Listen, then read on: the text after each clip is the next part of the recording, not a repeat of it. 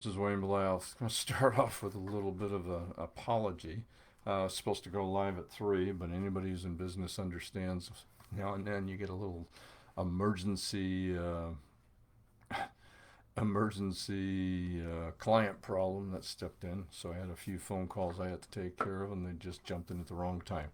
So my apologies if you were trying to find me at 3. Here I am. So we're going to talk for just a few minutes and hopefully be nice if I could see somebody who could tell me if they hear me. Um, Testing. Yeah, there we go. Think we're there. If for some reason I'm not, let me know. Anyways, today I was going to talk about something that's been coming up a lot with my meetings with clients lately. Very nervous. They're nervous, and I'm getting this because of the second PPP loans. And I'm calling clients and I'm asking them, hey, do you think you need it? What's going on? And, they're, yeah, they're, and as it's opening up discussion. All right. So a couple things coming up. One, they did all right. They adapted. Most of my clients adapted pretty well, but they're very nervous, anxious, maybe more than nervous. Not quite sure what's going to come and where we're at. And their their confidence in the economy is down. All right, numerous things, mainly COVID, but also the election. All right, so I thought I'd get into some of the discussion share some of what I've been discussing with my clients and the advice I've been giving them. So I mean, first of all, I think we're looking at two main problems. One is the COVID economy has changed the way we do business. All right. There's no doubt about it. Your customers are much more used to doing things online. So if you have a brick and mortar store or something like that, you're going to have to um, learn to compete. You're going to have to do something different. You're going to have to really figure out what it is you have that you can offer so that you can actually um, so you can actually compete with who is out with the online merchants. All right, our customers have been flocking over the last 10 months um, to the internet and ordering on the internet. Even if you don't have a brick and mortar store, um, you have the problem of keeping safe. You know, talking to your clients and to your customers and to who they are, and talking to them about what you do and what you're doing to try to keep them safe, and also with your employees. It's now become much easier and much safer to do remote work. Maybe it's time to look at that because if your sales have come down, you have to adjust your costs. And even if your sales haven't come down, you have an opportunity to adjust your costs. Um, yeah. Another thing is the election. All right. Yeah, I live in the real world. Okay, I'm not going to talk politics. Don't care. I'm not going to get into that discussion right now. That's not for this. Not for this. But as business owners, we have to live in the real world. We live in where we're at. All right. We have a Democrat in the office. We have Democrat Congress and a pretty much Democrat Senate. All right. So all we have to do is look back at what happened the last time that happened, which was in 2008, 9, changed in 10. Okay. And what they've told us and what happens. All right. So you can expect more regulations. You can expect higher taxes. Now, probably not right away. Now, like I said, I don't care who you voted for. Not getting into that discussion. I'm just saying historically, that's what you see. All right. So that's part of all those things are thrown together. Um, Anxiety. People are nervous about it. And I call it the COVID economy because, to be honest about it, in my opinion, COVID kind of led to the change from the Republican Party to the Democratic Party. So let's call it the COVID economy because that's what it is. And it's easier. It's easier than saying the COVID and election problems. It's really just the COVID economy. So what am I, as I'm talking to business owners, I'm saying, all right, let's take all that into together and let's talk. All right. To be honest about it, any major changes in the tax law most likely won't take effect until 2021. I mean, 2022. Some will retroactive, but not many. But that's subject to change. So you have to be flexible. You have to be adaptable. is a better word. All right. But my estimate is in the short term, the economy is going to take a jump. Why? Because we've thrown so much money into the economy. All right. With the PPP loans, with the stimulus checks, we're goosing the economy. All right. In the long term, let's stop there. What does that mean? It means don't get off the brakes. Don't panic and pull in and say, I'm not going to open up or I'm going to run limited hours. Or the truth of the matter is, in every industry, there's somebody who's doing better right now because they're not backing up. They're actually increasing their advertising and marketing. They're actually hiring people. Yeah, you got to have data driven facts to know what you're doing and to sit there and make a decision based on what you have and where you're at. And what you're selling and what your market is and what your customers are doing and what your competition is doing. You need to look at that kind of stuff. So what else do I see for the long-term economy? Well, that's different. This PPP is kind of like the last one.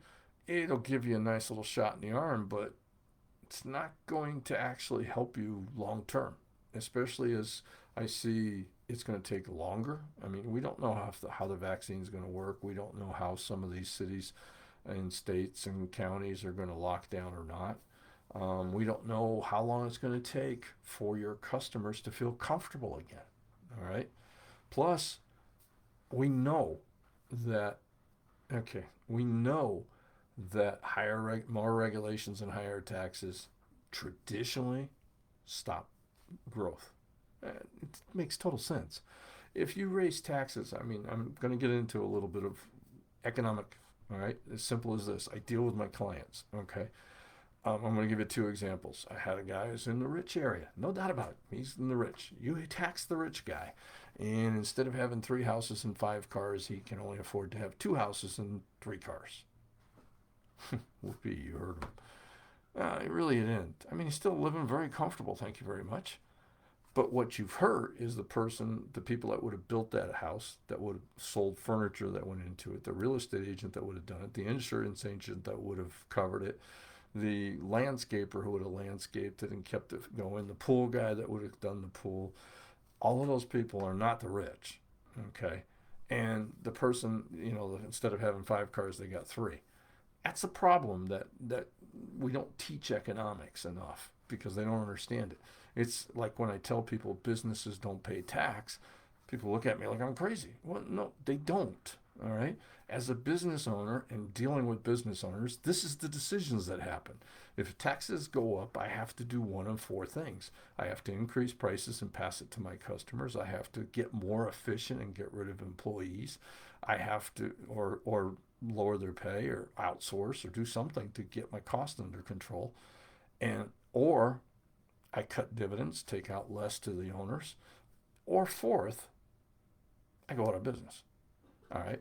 And this happens. All right. I had a client who, when the taxes went up, and I don't even remember which tax hike this is because I've been doing this long enough. Taxes go down, they go back up. When taxes went back up, he was planning on opening a second store and went, I don't care. This is dumb. I'm just not going to do it. All right. So, he didn't do it. It didn't hurt him. Truthfully, his income might have increased, but he's living comfortably. But he was going to add 15 to 30 people. I have a second example of a guy who was 65, 66 years, just shut the business down, 100 people out of work because his tax rate was 40 some odd percent. Plus he was in a state that had another 10%. He just went, I don't need it. All right. Last time when they put, I think it was under Obama, could have been Clinton. My brain is not working sometimes.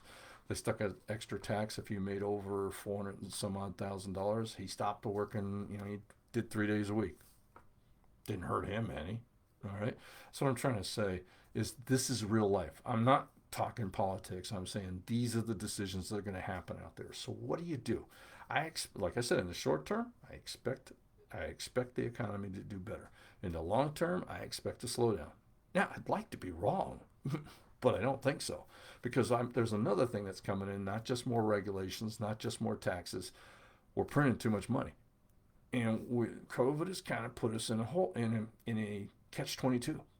I'm reading a lot of economists from both sides of the aisle because that's what I need to do to get some idea of what the truth may be.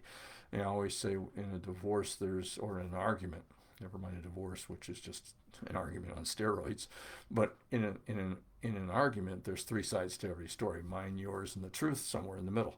And that's kind of what I'm doing when I'm reading both sides, trying to find that truth in the middle.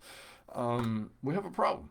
We're about to see, because of all the close downs last year, a ton of large cities and some states that are close to bankruptcy. And as of the president and the Congress, they are going to have to make some tough decisions. And it really comes down to, do we bail them out or not? Well, if we bail them out, if we don't bail them out, it's a dang good chance you're going to have some of these guys go bankrupt, some of these cities, and it could lead to a second depression. If we do bail them out, we kill our dollar. Now, there was a third way, but the country voted against that, which is to try to grow out of it. And I'm not going to get into that. That's any of these are tough at this point, but it looks like the third way's been thrown away, and we're going to be looking at those 2 points. So long term, I think we have a problem on the horizon. How far? My crystal ball can't tell you that. I can just look at history and say, this is what I see. This is what the two sides are telling me. This is who's in charge now. This is what they say. This is what they've historically done. All I can do. Crystal ball doesn't go that well as to when. All right. So what happens? What do I recommend? Well, first thing I recommend, and in case you joined me late, I do apologize. This was supposed to start at 3. Ended up starting closer to 3:20 or 3:25. Hell, I don't even know, because I had a client emergency that popped up right at 3. And it's one of my larger customers, so really couldn't just blow them off and say, hey, I'll call you back. It ended up being something pretty simple, but in their mind, we all have customers. In their mind, it was the end of the world, until I went, calm down, got it, we got this, it ain't that big of a deal. That's half my battle lately, telling people calm down, which is what I'm going to tell you. Calm down. I just painted a pretty bad picture, but so there's only one advantage to having all this gray hair and being older, that I can, because man, getting up in the morning and walking in all the pains and all that garbage that goes with getting older, that ain't an advantage. But one advantage is I've been doing this long enough. I've been through downturns. I've been through upturns, all right, where the economy's doing very well or the economy sucks. There's a little secret here, though. All through these up and down cycles, there's always, in a down cycle, there's businesses that are doing well. Why? Well, there's really 2 reasons. The first is they're economically sound going in. So that's first thing I'm telling people to do. First thing, get your financial house in order. Short term, like I said, I think you've got some time. Okay, so the first thing you need to do, pay off debt as much as possible. This is personal as well as business wide. Get rid of your debt. All right, as fast as you can. Strengthen your cash reserves if you're a business. All right. Increase your sales. Get better at it. Strengthen your sales systems, and then increase your gross profit margins. All right. 100% why I did this. It's 100% why I put this book together, the 90-Day Profit Reset. Gain your independence from reduced cash flow, shrinking margins, and evaporating customer base. Because, simply put, and by the way, like I said, it's on Kindle for like $3, and I think I don't even remember what the paperback cover is $19 or something like that. I don't even know. All right, but there's more in that book that'll help you do what I just said, because that is the importance. The companies that survive downturns have their business solid. They're able to do it. They paid up debt down. They have strengthened their cash flow. They've managed to get their sales on a system and consistently growing it. And they've got their margins under control. Then they get a line of credit so that they can survive it. All right. Don't assume that the PPP loan and the EIDL is going to save you. If you don't have your basics in place, all that is a bad Band-Aid. At the end of the day, that's all it is a bad Band-Aid. Then what you need to do, because the second thing that businesses that succeed these economic challenging times, which I believe we're going to get into, not sure, can't tell you when, like I said, but historically and what we're doing, I joke, the politicians of both parties in Washington think they can pass a law to solve anything. I mean, I think if you challenged them, they would try to pass a law to outlaw the laws of gravity. Okay. Well, they think they can outlaw the laws of economic laws. They can't. They've never been able to. They think they do, and they can hide them for a little while. But sooner or later, the bubble bursts, and that's why we have these up and downs. Okay, so you need to get yourself, and you need to get your. I think you got a year, maybe 18 months, maybe 9 months, to get your house in order. All right, to really get yourself going. So don't assume that PPP&E IDL is going to help you, because between the COVID-19 changing your customers and the stuff I'm talking about, you're going to have to get better. So that means you have to prioritize improvements to build a smarter and a better and smarter business. All right. So get the book. I'm going, like I said, I was supposed to launch my coaching this month, but the second round of PPPs, and I got to help my clients. So I may try it. I'm not sure. I don't like to do things half-ass. Excuse me. So I'm not sure I'm going to try it until after tax season, but I'm definitely going to get to help my clients, and you guys are welcome because you're watching me. So get help if needed. I mean, if you need to, call me. I mean, I'll meet one-on-one with you, or do a phone call or a quick Zoom call. Get help, get ideas. There's a lot in this book. Then my coaching program is going to start on this book, and then I'm going to try. I'm not going to try. You got my commitment. I am going to put out a second book when we've already talked it over with Jim and my editor. Probably going to be in May, where I'm going to be talking about breakthroughs. Because once you have your house in line, what separates five plumbers go into business at the same time? Two are gone right away. The other three survive. Two are kind of going around. One is really successful. Why? That's because they figured out something the others didn't. They had a breakthrough, and that's what we're going to talk about in the next book, and that's going to be the coaching program. But first, you get your basics down. And now, I'm going to tell you, when the economy's doing well, you don't need to worry too much. You throw a $20 bill up in the air, and it comes down as 100. Whoopee. And if your costs are a little high, no big deal. You're making money. When times are tough, you throw that 20 in the air, you may not get it back. And you definitely can't assume that, things are there. And the time to react is before, not when you're in trouble, before. So it's part of the reason why I wanted to do this video today, is kind of to throw out you need to get your butt in gear. It's time to work. Hey, until next time, this is Wayne Bilal saying, let's make 2021 our most profitable year ever, no matter what the challenge is. Thank you very much.